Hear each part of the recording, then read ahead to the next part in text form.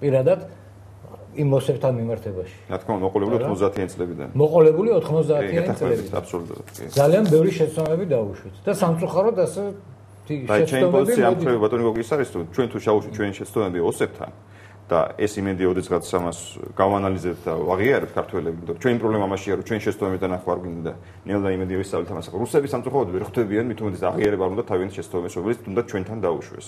ანუ მას მეტი მოეთხოვება ჩვენზე, იმიტომ რომ ჩვენზე გაცილებით დიდია. მოეთხოვოთ უნდა მეტი რუსეთს, ანუ ესე. ჩვენზე მეტი მოეთხოვება ხდება, ხა ჩვენ თუ მოგეთხოვებთ, ჩვენ თუ ვინდა რომ ჩვენ მეტი მოგეთხოვებოდეს მაგალითად, ვიდრე ოცხალს რომ ჩვენზე ნაკლებია და ჩვენ ტერიტორიაზე არის სამანჩაბოში ცხოვრობს. ეხლა მას მით უმეტეს მეტი უნდა მოეთხოვებოდეს ჩვენზე რუსეთს საქართველოს მეტი უნდა მოეთხოვებოდეს. თუ ომხრივ შეცდომებზე საუბარი, სადღაც ჩვენ შეცდომები დაუშვა, მან მეტი დაუშვა საბოლოო ჯამში, იმიტომ რომ მას მეტი შემწყნარებლობა მოეთხოვებოდა, მეტი რაღაცა სიდინჯე კულტურა მოეთხოვებოდა პატარებთან ურთიერთობაში რუსეთს. და რომელიც სამწუხაროდ არასოდეს არ ქონია, შეიძლება ითქვას, აი ეს არის სიმართლე. კი ბატონო, ანუ ისიც რაშია საქმე ხა, რა მოეთხოვება აქ შეჯიბრების მიმართ თავი დავანებოთ რა.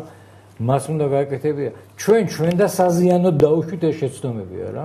დავანებოთ რა იმას, თავი ჩვენ და საზიანოდ დაუშვით ეს შეცდომები, ის შეცდომები, რომელიც შეიძლებოდა თავისუფლად შეიძლება არ დაგვეშვა რა. რაზეა საუბარი? ამაშია საქმე. კი ბატონო, მოდით კიდევ ერთ საკითხზე გადავიდეთ. დოკუმენტში კიდევ ბევრი საინტერესო ბრძანებულებაში უბრალოდ ბევრი საინტერესო რამ წერე. მე უბრალოდ ბატონ თორნიკეს მინდა ვკითხო, ამას რაიმე სამართლებრივი წონა ძალა ექნება, ანუ რა რაღაც სამართლში მუხს წაგიკითხავთ უბრალოდ ბრძანებულებიდან. შემუშავოს წინადადებების შესაბამისი სამართლებრივი აქტების პროექტების მომზადების თაობაზე. რაიმე იურიდიული ზავა ექნება ამ დოკუმენტს თუ არა, ეხლა ეს ჩვენი ეს მე გაირკვევა. გასაგებია, კიდევ ერთი შეკითხვა მაინტერესებს ბატონ თორნიკე. მე გაირკვევა რას ნიშნავს? ანუ შეიძლება კონდეს რაიმე იურიდიული ზავა? ჩვენ კომისიის შემუშავებულ რაღაც ბრძანებულებას, არა, აქ საუბარია. თქვენ რასაც დადით. არა, აქ საუბარი ჯერ ადმინისტრაციულ რაღაცებზე, საუბარი კომისია რომ იმუშაოს ამაზეა საუბარი ძირითადად აქ ისე გულს. რაღაც გაუგებრად წერია ეს. კი ბატონო, ეს მე მგონი დასაზუსტებელია და საინტერესო იქნება ალბათ პრეზიდენტის ადმინისტრაციამ მე როდესმე განმარტოს ეს რას ნიშნავს და როგორ არის. მე მაინტერესებს კიდე, ანუ თქვენ უშუალოდ ქართულ-რუსულ ურთიერთობას ეხებით თუ პერსონალიებსაც შეეხებით, მაგალითად ქართველები, რომლებიც ამ პერიოდში მოღვაწეობდნენ და რამდენად ნეგატიურად იყო ასახული ეს ამ პერიოდში ქართველების მოღვაწეობა არ იყო, იმიტომ რომ სტალინი ორჯონიკიძეზე არა მარტო სტალინი ორჯონიკიძეზე, უამრავი ადამიანი არსებობს, რომლებიც მოღვაწეობდნენ ამ პერიოდში და ერთგვარ ხარკს მარტო სტალინი ორჯონიკიძე ხარკსაც კი უხდიდნენ იმ რეჟიმს, რომელიც მართავდა ამას წლების განმავლობაში. გარკვეულ ადამიანებზე ესაუბრა, ქართველებზეც იქნება ლაპარაკი, ან მოღალატე ქართველებზე ესე ვთქვათ. არა, ვერ გავიგებ ის გულს. მოღალატე ქართველებიც იქნება აქ წარმოჩენილი. სტალინი ორჯონიკიძე მაგალითად? კი ბატონო, იყო სტალინი ორჯონიკიძე, იყოს ის ადამიანები, რომლებიც მოღვაწეობდნენ ამ პერიოდში. ერთგვარ ხალხს უხდიდნენ ამ რეჟიმს თავისი. არა, ვინც ემსახურებოდა რუსულ იმპერიას, ის დამთავრდა პოლიტიკურად ჩემთვის სტალინი ქართველი მაგალითად არა, პოლიტიკურად ქართველი არის სტალინი. პოლიტიკურად არ არის ნამდვილად. ეხლა რა შეიძლება სამხრეთ ოსეთის რო ახსენეთ, ორჯონიკიძის პროექტი იყო თავიდან ბოლომდე ეროვნული ავტონომიის შემოღება და ეროვნული პოლიტიკა იყო ორჯონიკიძის ჩაბარებული ქონდა ძირითადად, მაგრამ მისი იდეები იყო იგივე თქვენ რო ახსენეთ ბატონო გოგი რომ მათი ინიციატივა იყო ანექსიად, მათაც ესე იყო ლენის ძალით აიძულეს, ლენი აშკარობდა ეშინოდა მას ყოფანობდა, ორმა ქართულმა აიძულა რომ აი დროზე ეს მომენტი, მაგრამ ეხლა ეს ქართულები ვის ინტერესებს ემსახურებოდნენ, მოდი თქვა, ჩვენ ინტერესებს თუ რუსეთის ინტერესებს. კარგით, მე არ მიგულისხმია სტალინი და ორჯონიკიძე, კი ბატონო, ამაში არ გეკამათებთ. მე უბრალოდ იმ კონტექსტიდან გამომდინარე და გისურვებთ შეკითხვა, იმიტომ რომ თვითონ კომისიის კონსულტანტების შერჩევის დროს, როდესაც ისტორიკოსები იქნენ შერჩეული, ერთ-ერთ ისტორიკოს ბატონ ლევან ურუშაძეს გაუჩნდა ესეთი პრეტენზია, რომ ამ კომისიის შემადგენლობაში უნდა იყვნენ ის ადამიანები, რომელთაც ესე ვთქვათ, მორალური უფლება აქვთ იმუშაონ და დაწერონ და ვის არა აქვს უფლებაო?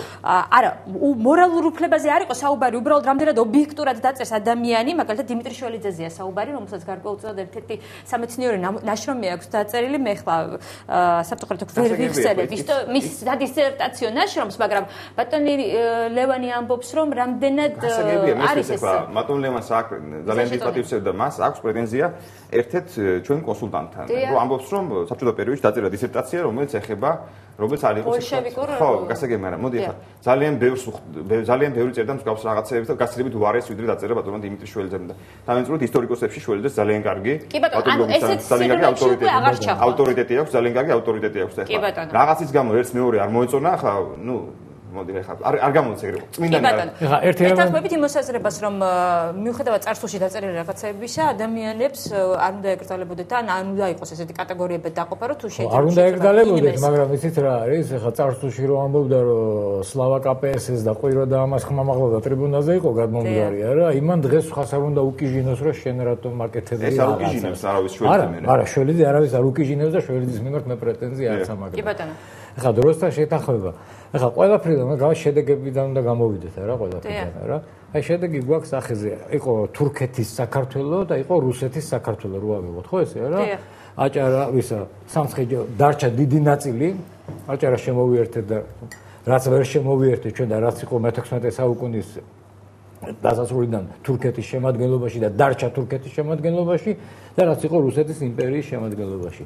არც ერთი იქ მაცხოვრებელი ქართველი ისმის მოხდა თურქეთის იმპერია დღესაც იქ ცხოვრობს რა ისტორიულ ქართულ ტერიტორიაზე თავისი მრწამსით ის ქართველი არ არის ის არის თურქეთის მოქალაქე გამიგეთ თურქეთის მოქალაქეა შედარება არ შეიძლება რა მე მგონი დამეთანხმება თორნიკე თურქეთის საქართველოს და რუსეთის საქართველოს ჩვენ შევინარჩუნეთ ჩვენი ენაც ისტორია ტრადიცია კულტურა ქართულობა მართლმადიდებლობა რა კი ბატონო ეხლა რაც შედეგებზე საუბრობ ეხლა მაგალითად ერთი რამე კიდე დიპლომატიასთან დაკავშირებით ის მახსენდება ბესოჟღენტი იყო ესეთი ცნობილი კრიტიკოსი ბესოჟღენტი იყო რაღაცა ხდომაზე და იქ დააყენეს საკითხი რა თქმა უნდა შემუშავებული იყო და დავალებული ქონდა ვიღაცას ხრუშჩოვის დროს რომ წამოაყენეს ესეთი საკითხი რომ უნდა იყოს არა ვთქვათ ნაციონალური ენები და ნაციონალური ეროვნება, არამედ უნდა იყოს ერთიანი საბჭოთა ენა და ერთიანი საბჭოთა ეროვნება.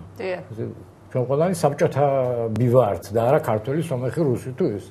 და ადგა ბესოჟღენტი და უთხრა რომ ესეც საინტერესო პროექტია ძალიანო, ეგო. მაგრამ მე ვერ წარმომიდგენია რომ როგორ უნდა აღარ ვიხმარო სიტყვა და ვთქვათ აღარ უნდა იყოს ესე იგი ვილიკი რუსკი ნაროდ და აღარ უნდა იყოს ტოლსტოის და პუშკინის ენაო? კი გასაგები იყო საიდანაც მიდიოდა, მაგრამ შეწყდა ამაზე იქ კამათი და ის კრება ასე ვთქვათ დაიშალა მხიარული. ამ საკითხს განხილვა აღარ მოყოლია. ახლა იქ რო გინება და ჩხუბი დაეწყო, რა იმას ხო აღარც მოусმენდნენ. ამიგეთ? ასე დიპლომატიურად წყნარად შვიდათ ძალიან მოახერხა ის რომ ეს საკითხი ჩაკლა იქვე. ამიგეთ? ასე რომ ჩვენი გზა, თუ მგიხავთ, ეს არის რა. მით უმეტეს მეზობლებთან ურთიერთობა უნდა იყოს დიპლომატიური და ყოველნაირად უნდა შევეცადოთ ჩვენ მშვიდობიანი ურთიერთობა და მშვიდობიანი თანაარსებობის საშუალება შევინარჩუნოთ. საქართველო ყოველთვის იყო კავკასიაში არა მარტო კულტურის, პოლიტიკური ცენტრიც ამავე დროს. გასაგებია, მოდით რეკლამის შემდეგ უკვე სტუმრებთან ერთად განვიხილოთ, რას ნიშნავს კოლექტიური მეხსიერება და რამდენად გჭირდება ის ჩვენ. რეკლამა ჩვენს ეთერში და რეკლამის შემდეგ დაბრუნდებით დაგვალოდეთ.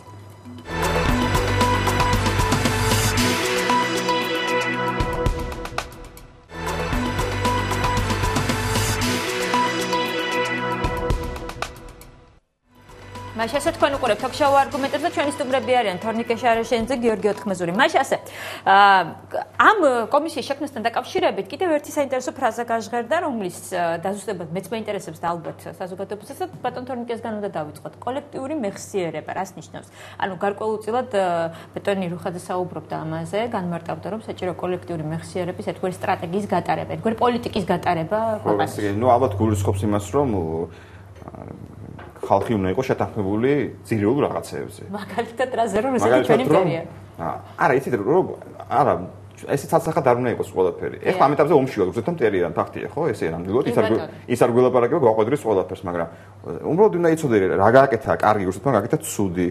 რა გააკეთა კარგი ირანა, გააკეთა ცუდი, ასე შემდეგ ეს არის. ამას კი კოლექტიური მეხსიერება. ხო, ალბათ მე მეგონი ამას გულისხმობდა ყოველ შემთხვევაში. კითხავ ამ საღამოს საუბარი გვაქვს Skype-ით და ხო, არ ვიცი, მეც მაინტერესებს ეს კოლექტიური მეხსიერება რას ნიშნავს რა, ცოტა ესეთი კოლექტიურად გვახსოვდეს რაღაც. კოლექტიურად გვახსოვდეს. შეიძლება ესეთი რამე. არა? უნდა გვახსოვდეს კოლექტიურად. კოლექტიურად უნდა გვახსოვდეს ყველას ბავშვებს უნდა ზრდიდეთ ისე.